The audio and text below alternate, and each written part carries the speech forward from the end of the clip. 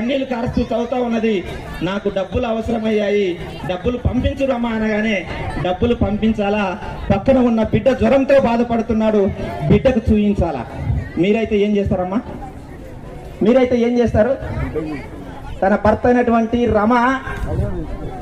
అయినటువంటి అంబేద్కర్ కు రమ డబ్బులు పంపించాలా, లేక తన గర్భాన పుట్టిన రక్తంతో పుట్టినటువంటి ఆ పేగు బంధంతో తెంచుకొని పుట్టినటువంటి రమేష్ అనే కుమారుడికు చూయించాలా? మీరైతే ఏం చేస్తారు చెప్పండి? బిడ్డను చూసుకుంటాం. ఏ తండ్రి అయినా తన కుమారుని పైన ఉన్నటువంటి ప్రేమ అలాంటిది. ఏ తల్లికైనా తన రక్తాన్ని పెంచి తన రక్తం చేత తన స్తనాల పాల చేత పెంచినటువంటి ప్రేమ లాంటిది. మొదటగా బిడ్డను చూసుకుంటాం, ఆ తర్వాత ఆయన చదువు అనుకుంటాం కదా. కానీ అంబేద్కర్ గారి భార్య ఏం చేసిందో తెలుసా?